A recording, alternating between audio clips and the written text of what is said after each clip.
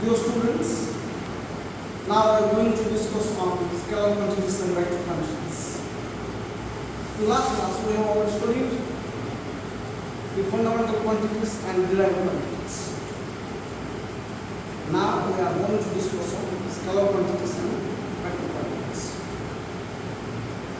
Scalar quantities are those quantities which need only magnitude to be represented. For example, length, time, mass. Now write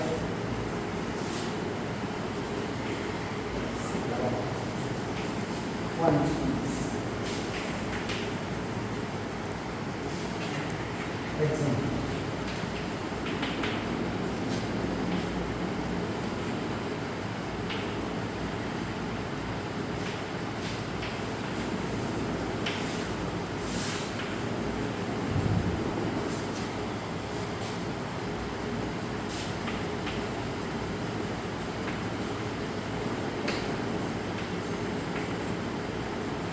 Now what are the examples?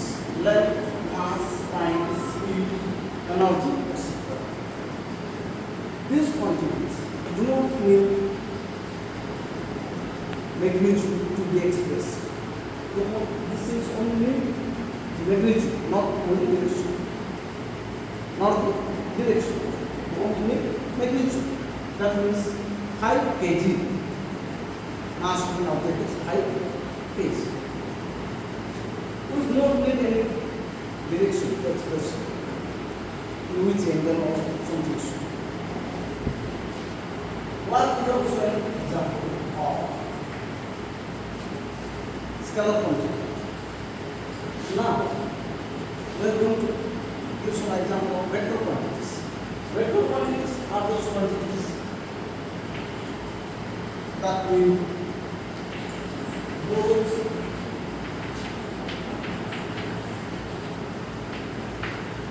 magnitude and direction for the new quantities. Example, velocity,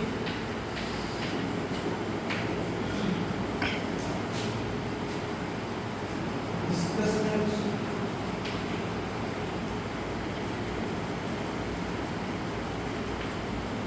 force,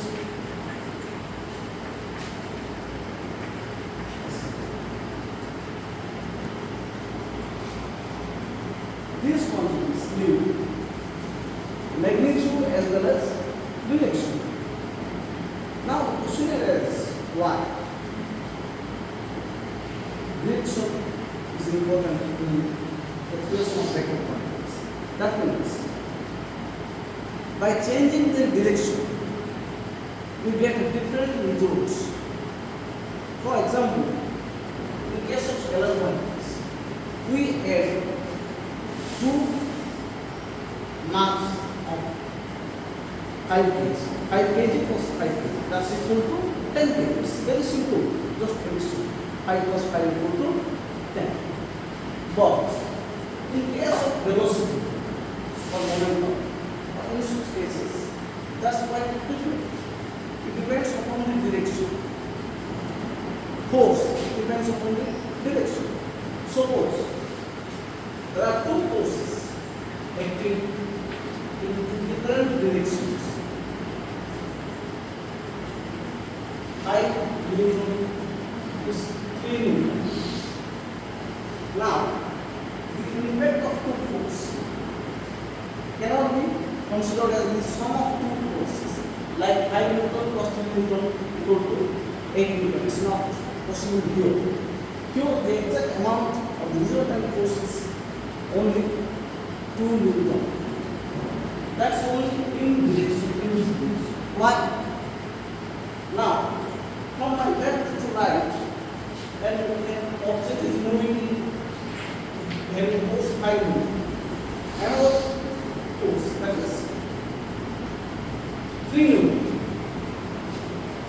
5 Newton from my left to right, 3 Newton from my right to left.